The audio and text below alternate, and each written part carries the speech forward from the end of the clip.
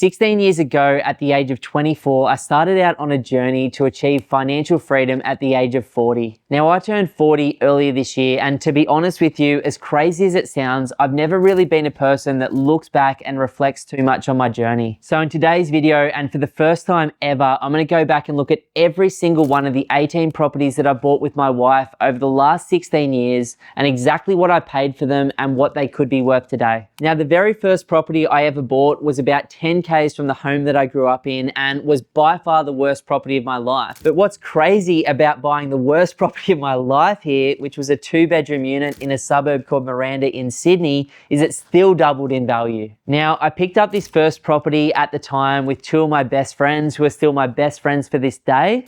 I remember the day that we settled on the property and we went down to Bondi after signing everything with the mortgage broker and the solicitor and had a couple of beers on the beach saying we were going to take completely over the world, and this is the start of our property investment empire. Now, while maybe those dreams that we set on those beaches haven't necessarily come true, and we certainly haven't built any sort of empire, we're definitely in much better positions today than we were as 24-year-old kids drinking passion pop on the beach on Bondi. Now, we picked up this little 2-bedder for $360K, and based on what I can see on realestate.com at the moment, it's probably worth about $750,000 conservatively. Now, the second property that I bought was in a suburb called San Remo, or Scum Remo as it was previously referred to by me and my friends back in 2011.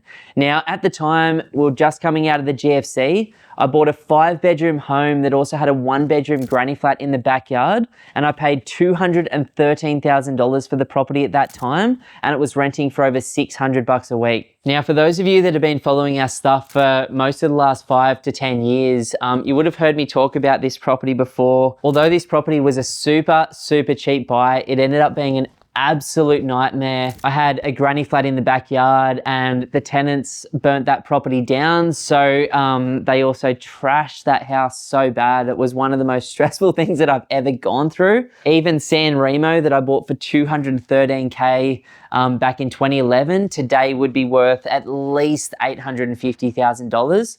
What's interesting and what I learned about that particular property was at the time, the average household income in that suburb was $406 a week.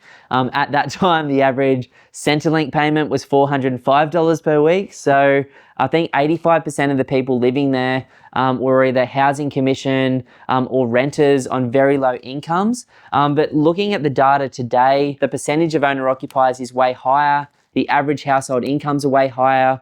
Obviously, it's a beautiful suburb. People have realized it's not that far from Sydney and it's on the beach. But after the headaches I went through with that one, obviously I sold it. I had to sort of forget about that one for a while. But what's crazy about that one is it's almost 4 times its initial value, which is absolutely insane. Now, the third property I refer to and will always refer to as the granny flat. This was the first property that my wife and I ever bought. It was back in 2013 in a suburb called Watala on the Sunshine Coast.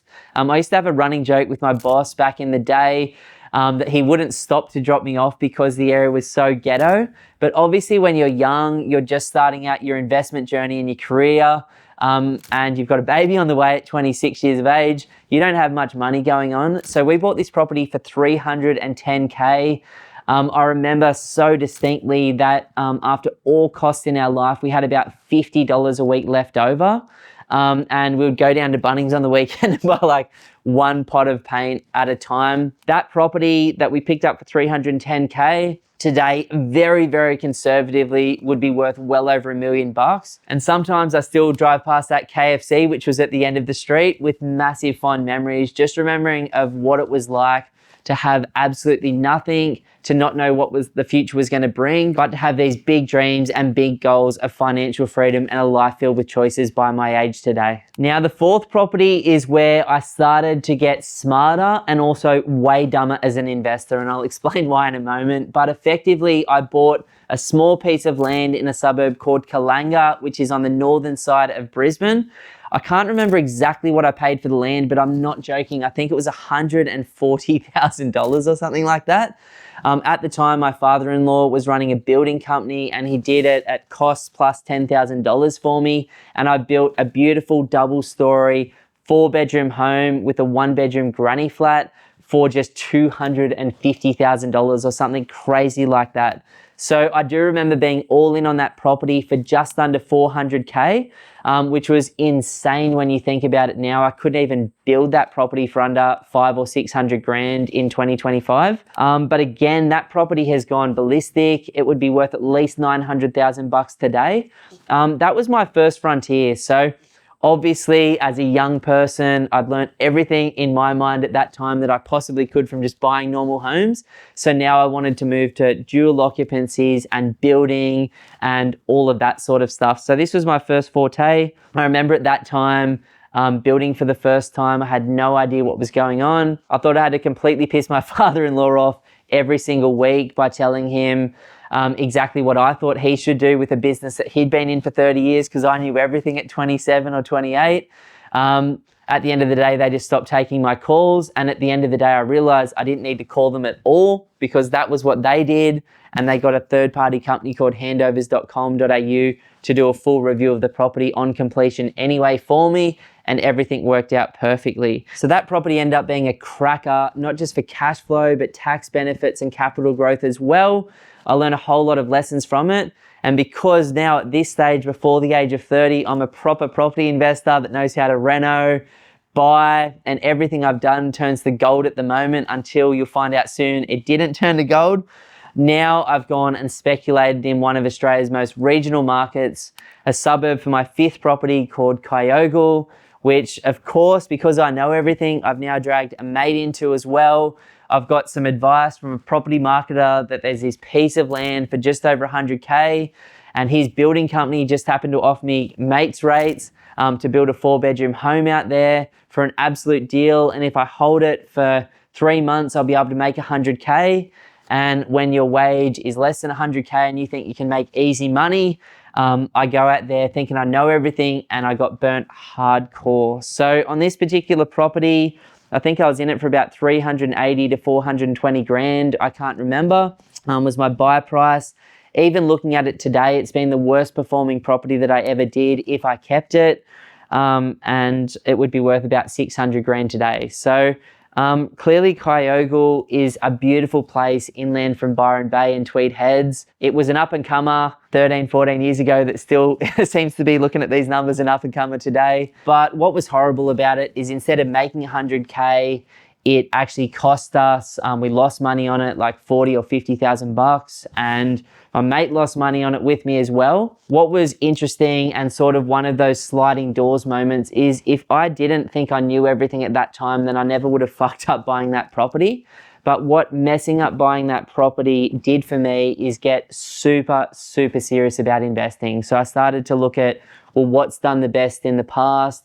That was when my study of history and cycles came into play. That's when I started to learn about all the key performance indicators, what works, what doesn't work, and it completely changed my approach for forever after that until later on when I knew everything again and I started to make some mistakes again, but we'll get to that in a moment. So the next property that I did, because now I'm a professional builder and I know exactly what's going on, was a property in a suburb called Batinia on the Sunshine Coast. So the Sunshine Coast in about 2014, 2015 was starting to like wake up from a very sleepy town into becoming what it is today, which is like absolutely insane up here. It's such a different place than I moved to 20 years ago. But for this property, I built again a 4-bedroom home.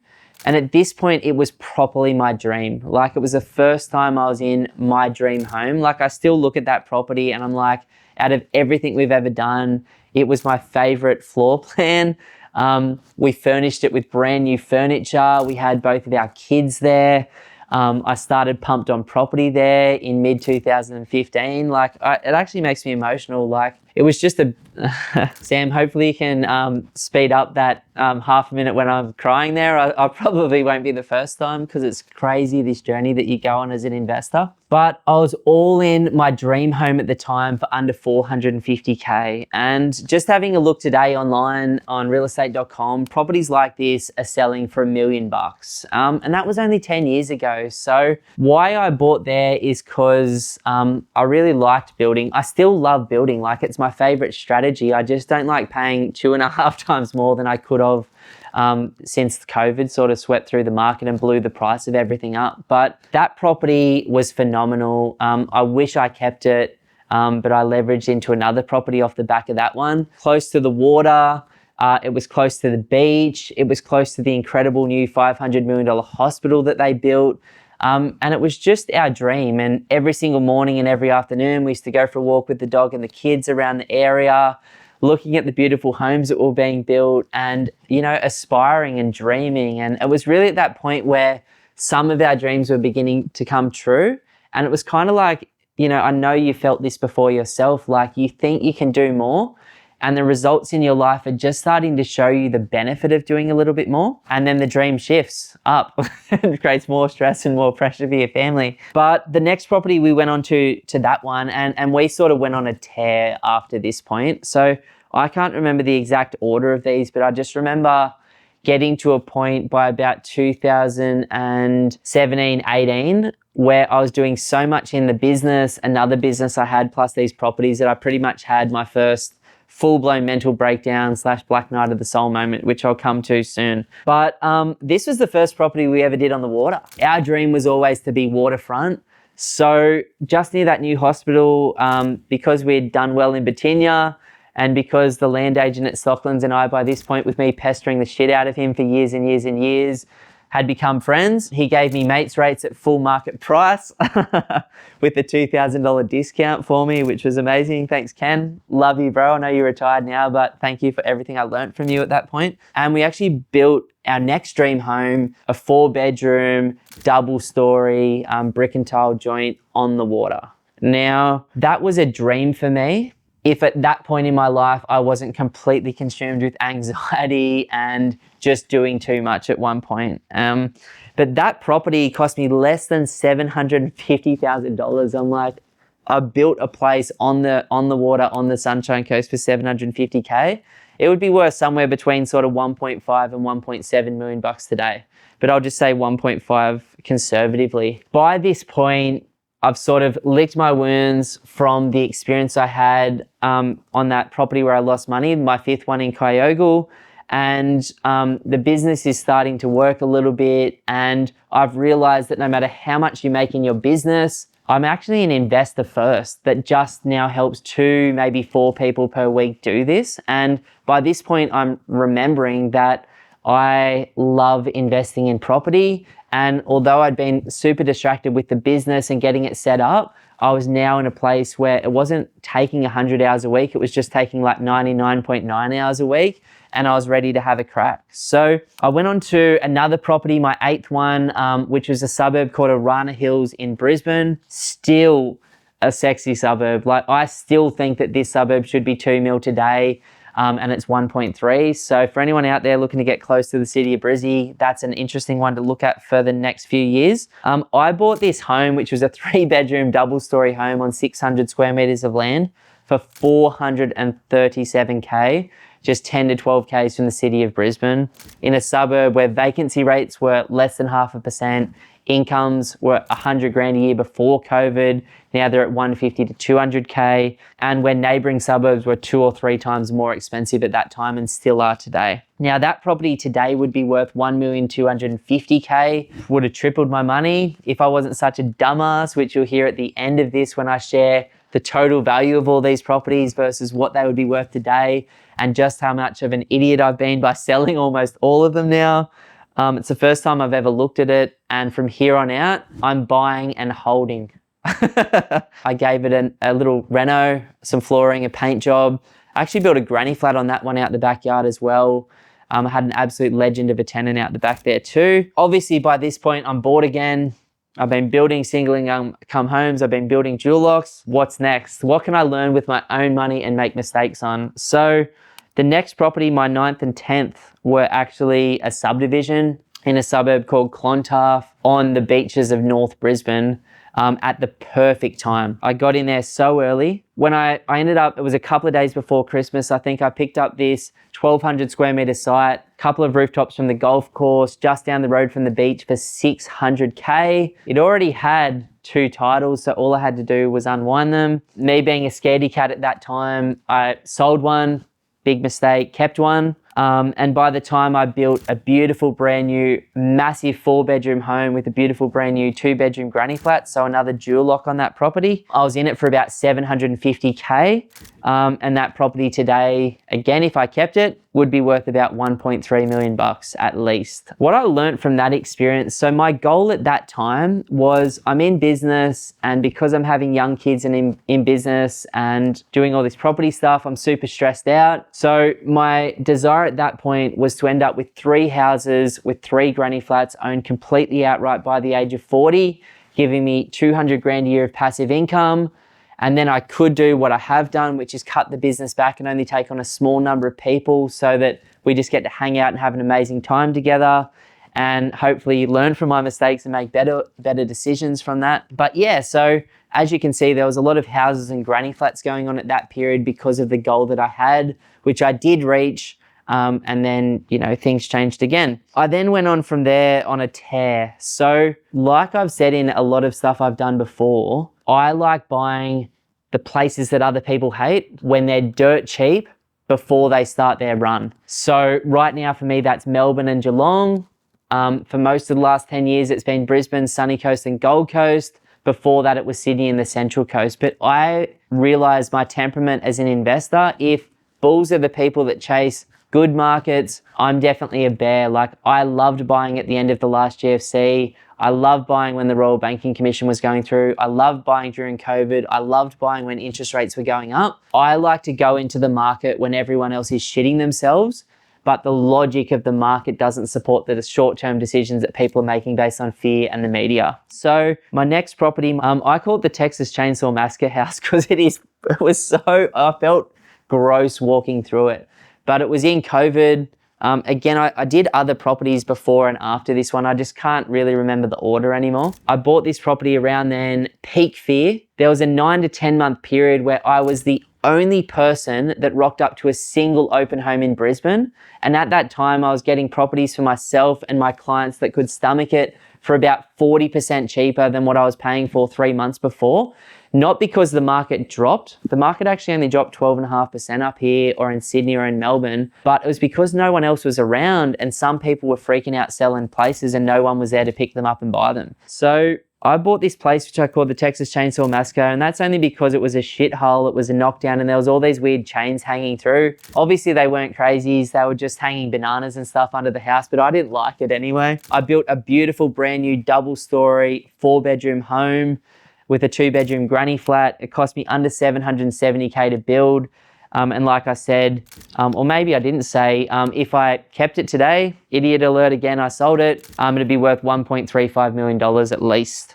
Probably 1.4, 1.5 to be honest. I then get to the point where I've bought, I've held, I've renovated, I've built, I've subdivided, I've done dual locks, I've built granny flats. I'm like, what else can I learn on with my own money and have heaps of pain in my life? So the next thing was a couple of days again before Christmas. I'm always looking before Christmas and in other parts of the year where people freak out. But a lot of my best buys have been in December, January, just FYI, for those of you that will never work with us and will go do it on your own. It's a good time to buy when other people aren't. I went and bought a massive piece of land. I think it was 800 or 1,000 square meters of land right in the heart of Mooloolaba, walking distance to the beach. The zoning has changed massively too since I did this project. And what I did is I built a beautiful brand new home with a pool, with a beautiful brand new granny flat with a pool. I then fully furnished both of them and I Airbnb one and I long-term leased the other. Now, in terms of investments go, this is one of the best I've ever done. I was all in for just under 1.2 mil. It'd be worth probably 2.2 now, although I did get a text message from a mate down there that owns Ray White yesterday. And he said, probably 2.5, I've got a buyer for you if you want to sell. That's a normal text message from agents that hype you up and then end up selling it for 1.9, by the way. But that property's phenomenal. Between Airbnb and the long-term tenant, I'm getting over 150 grand a year of rent on that one. Obviously, I've paid principal and interest and the debt's come down on that one over the years too. So that was a good one. Airbnb is a business that I do not want to be in ever again. After I'm like, okay, I'll have a few houses and granny flats owned outright. I'm like, okay, I'll have a few Airbnbs owned outright as well. And instead of 200K, maybe I can get 400 grand a year of income in the future. This was all during that period where I was still having young kids and just working too much and stressed out. So I'm like, what's my escape plan from the business back then? Now it's like just work with a few cool people and it's way different. But back then my plan was get the passive income, get to a life of choices and freedom again. I didn't realize at that point that freedom was a mindset and not a destination. Big lesson for me to learn. Now, because this Airbnb thing in Mooloolaba was working so well, I'm like, I'm just gonna do it another 2 times. It was a little renovator, 3-bedder, bit of flooding issues that I bought sporadically at auction for 870K, renovated today to be worth 1.3 mil minimum. And then there was another one in Mooloolaba, sort of on 2 busier roads, which I don't normally do, but a beautiful big 5-bedroom home, I think it was, or maybe a 4-bedder. I had this vision of renovating it up. I bought it for $1,012,000 in COVID. And it would be worth at least $2 million today if it was partially cleaned up, not even fully cleaned up. Sold both of those properties as you do. Lesson learned. $1 million in 5 years would have been so nice. From there, I'm like, okay, I'm an Airbnb guy now, and Sunny Coast is cranking and everyone's moved here. Let's keep the show going. And so I'm driving back home from the beach. I said to my wife, like, hey, how cool would it be to have a holiday home / an Airbnb up at Majimba, one of our favorite little local beaches on the Sunny Coast. Everything we've done since the start of COVID has turned to gold. It's the end of COVID now.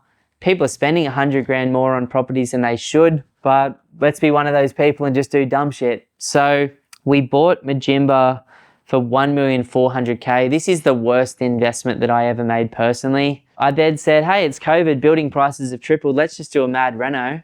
And I trust the builder and my wife, and I still do, guys. I love yous both, but not enough to not look at the invoices on spends in the future. We ended up spending, I thought it was going to be 100K reno, ended up being a 300K reno. So now I'm in it for like 1.6, 1.7 million bucks, and the market drops. And now I'm sitting on a $1.7 million property that couldn't even sell for 1.5 if I tried to, despite all the work and pain we'd gone through. So that was a big lesson. That property I bought for 1.4 million bucks, probably only worth 1.6 mil now. I ended up selling it and just taking a huge bath on it, like a huge loss on that property, the biggest loss out of any property that I've ever sold, and I've had a few. I wanted to get access to that borrowing capacity, so I knew nothing was going to happen up there ever because I'd bought the wrong asset at the wrong time. I'd have to wait 20 years for things to be good again, and so I just cut my loss, which was hard to do, and went and did some other stuff instead. So my 15th property was a property in still my favorite suburb on all of the Sunshine Coast called Shelley Beach. What had happened, just to talk about this before it, is, you know, by 2017, we've had our 3rd kid. The business is doing its thing. I've had a mental breakdown because I'm working so much and just completely stressed out from like doing it that way. And my values were so twisted at the time. I went and saw a psychologist almost every single week for that period for a few years. I like couldn't get through the day at that time unless I started with like meditation and yoga. And I was sitting at a barbecue with a friend of mine who owns a farm down in Brisbane, and we were having a drink. She'd been running her own business for a long time, and she also had like cut back from that. And she'd paid off her home when she was like 23 or 24 years of age. And she said, Ben, why don't you start with taking Fridays off? And I highly recommend this for anyone out there who's struggling, because it just gives you more breathing space to recover. And it took me actually 6 to 9 months to take that first Friday off because I was so anxious and so in a control state. But as I took that day off and we actually started to have holidays like for the first time in like 5 or 6 years, and we actually wrote down on a big piece of paper like my dream life, Lisa's dream life, my wife's dream life, and what our dream home looked like. And then we put that together so that we could start living day to day towards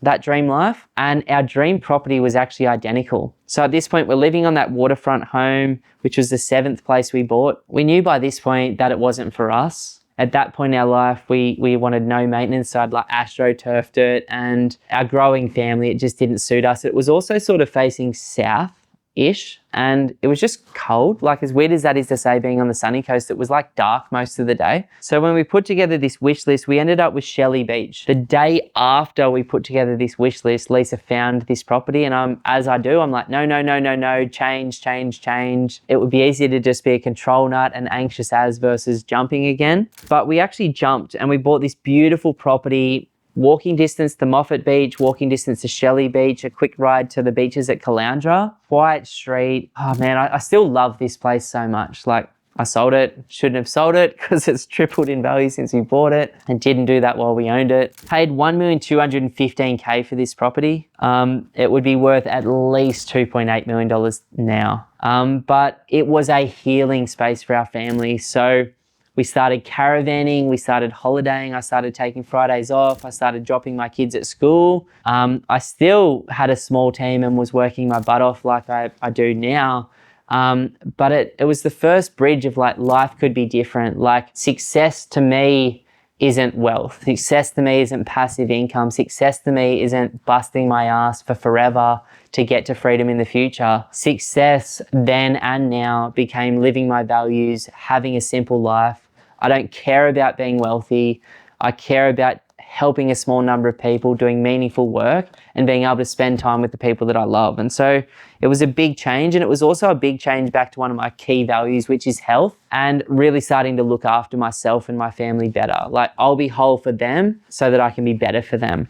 My wife grew up on acreage, and she sort of thought, well, I'd like to get back to acreage. And I'm like, but I've got my dream. In fact, my dream was the third property that I ever bought, the granny shack at Watala. Because my dream growing up in Sydney was always just to be close to the beach, have a beautiful wife that's also an absolute legend, have some kids, be healthy and have a simple life. Like, for someone who's done so much, it was never ever my intention to have a business this way or to buy this much property. It was literally to have a life, and each time I go through a period of crazy growth that stresses me out, I generally come back to that simple life again. And I've got to remember that at the moment right now, actually. But we bought acreage at the start of COVID. I remember it so clearly. Like a lot of the things that we've done, she's always looking for stuff, and I'm always open to a conversation about it, but not on the day she tells me. I'm like, stop. I don't want to do anything right now. I'm happy with where I am, because I've had 5 dream homes now. Like, to me,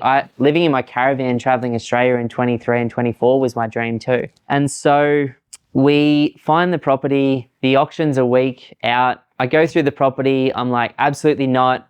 Lisa's like, just come to the auction. I'm like, okay, we'll go to the auction. By this point, we've sold almost all of our properties, because a lot of stuff had done pretty well, and also I just didn't want the stress or the hassle anymore. And we get to the auction. I'm not wearing any shoes. I'm in shorts and like a pink Billabong shirt. I play the auction through, and now I'm like, I'm seeing the property not from a risk perspective, but also from an opportunity perspective much more clearly. And I'm like, this is actually beautiful. Yes, it's not walking distance to the beach or the surf, but it has its charm. And I'm like, I actually think it's probably worth like 2.4 mil. And the auction's running, and there's only one serious person there, and the auction's just about to be passed in, and the auctioneer comes back to me. She's like, you've been quiet. Do you think there's are you into it? I'm like, I'm into it. She's like, well, I'll go talk to them and see if they are. She said, they're all capped out already.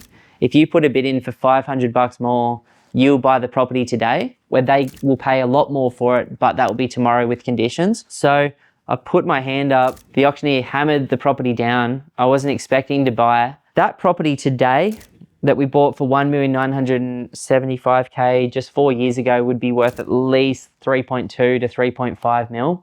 Actually, we had a door knocker recently before I sold it come at 3.5 mil, but at that point I didn't want to sell it. So we sold it for way less than that on the actual market. And I'm just like, how many lessons am I going to learn? But yeah, that was a cracker. That was stunning. That was something that I didn't really want to show or talk about while I lived there. But that was a special property. And you'll see as Sam takes you through the videos, our videographer.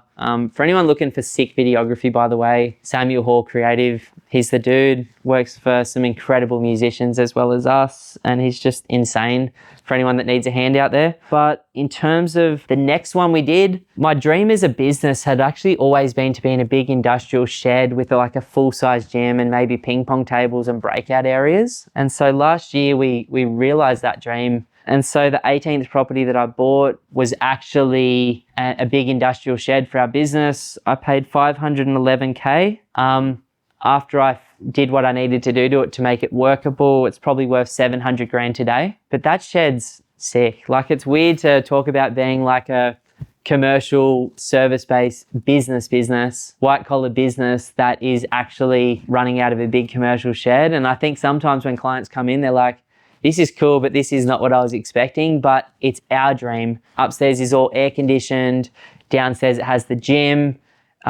Every single team member basically takes an hour off a day to train there, and everyone gets to live those dual values of like, we're not just workers, but we get to train, and everyone in the team gets the sort of 1 day off a week per thing, paid. So we're trying to create that environment that I never unfortunately had as an employee, where people get to like live out their values and we understand the important things while also being really good at what we do and helping that small number of people each week. There's one other property that I've done, which is obviously I have to live somewhere as my home, but that one's just sort of a little family thing. So at the end of it all, it's been one hell of a journey, which I couldn't even believe. I'll talk now about how much it cost me for all of them in total, as well as what they would be worth roughly, give or take, today. So in total, $12,612,000 worth of property is what I've purchased for those 18. And current value, conservatively, like some of these numbers are probably accidentally plus 50, others are minus 200, but they would be worth $24,300,000 if I kept them.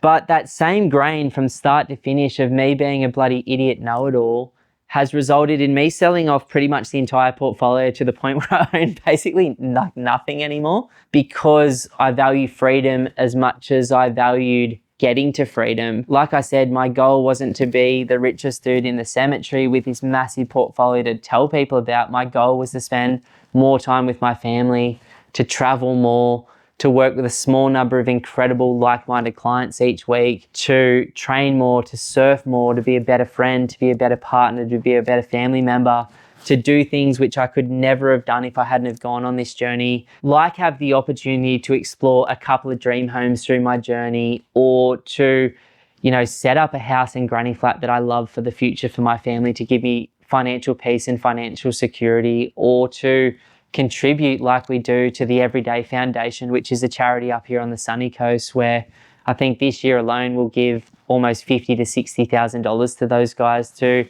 help local families and people that can't afford food on a weekly basis. And it's been a crazy journey. Like, it's actually like recognizing this, part of me is like, you idiot, like, why did you sell everything?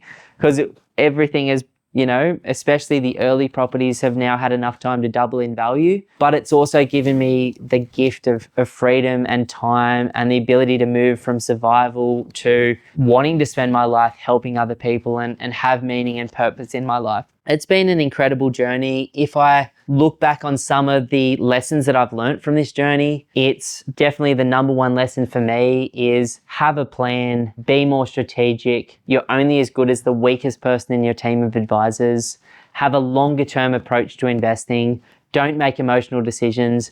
Don't get caught up on what the crowd's doing, because the crowd never knows. Obsess and focus on the detail of the investments you're buying and learn the history of real estate. And if you don't have the time to do that, or the desire to do that, or the personality to do that, then work with someone like me that has bought over $650 million worth of property for my clients, and obviously a bit for myself as well going through this, who's just obsessed with just one thing in life, which is helping people achieve freedom and make better decisions with their investments. And more than anything, the big lesson here is property works when I hold it longer term. So take a long-term approach. The money that I've made isn't necessarily in the buying, it's in the being patient and waiting. Now, I hope you've enjoyed this video. Please share it with someone for a laugh at my expense. Like I said, being worth 24 million bucks would be amazing. except I'm worth nothing because I've basically sold everything.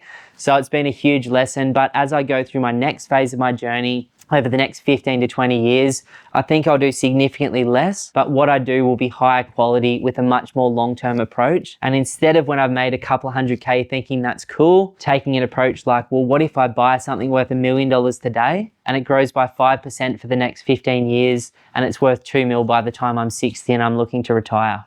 That's my new approach now.